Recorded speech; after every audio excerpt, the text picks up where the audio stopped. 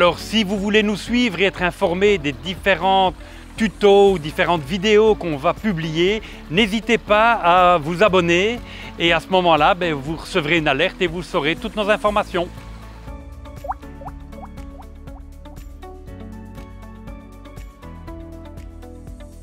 Il est important pour moi de démarrer avec un nénuphar déjà sur un beau rhizome, de manière à ce qu'il est facile à supporter la transplantation. Et alors ça garantit d'avoir d'office des fleurs la première année. Et le mettre dans son bassin, c'est relativement facile du coup? Oui, c'est facile. Le tout est de respecter certaines règles, donc de prendre un bon panier suffisamment grand, un bon terreau, un bon engrais et de le mettre en place. Et ben, je te propose de voir ça ensemble. Allons-y.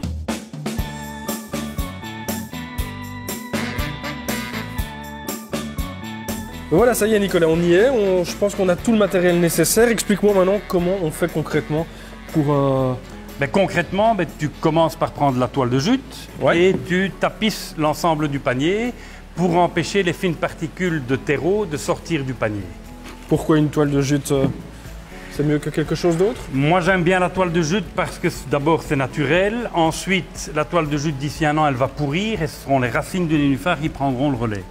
Ensuite le terreau. Yop. Alors, est-ce qu'il faut en mettre beaucoup? Tu peux y aller, vas-y, le sac complet.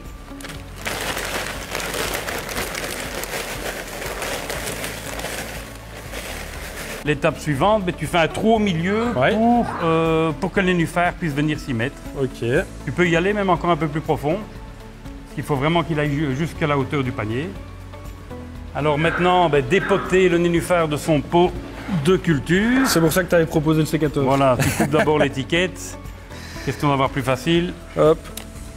Et puis j'y vais? Oui, tu y vas carrément. Comme ça, on n'abîme pas le nénuphar.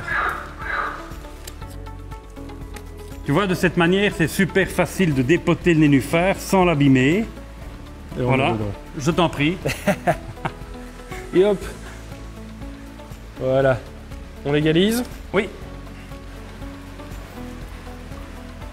L'engrais, on le met à la suite? Alors l'engrais, on va mettre 6-7 boulettes et pas avoir peur, pas les poser sur le nénuphar, mais les enfoncer au pied du rhizome. Alors l'étape suivante, c'est refermer la toile de jute de manière à contenir le terreau dans son panier.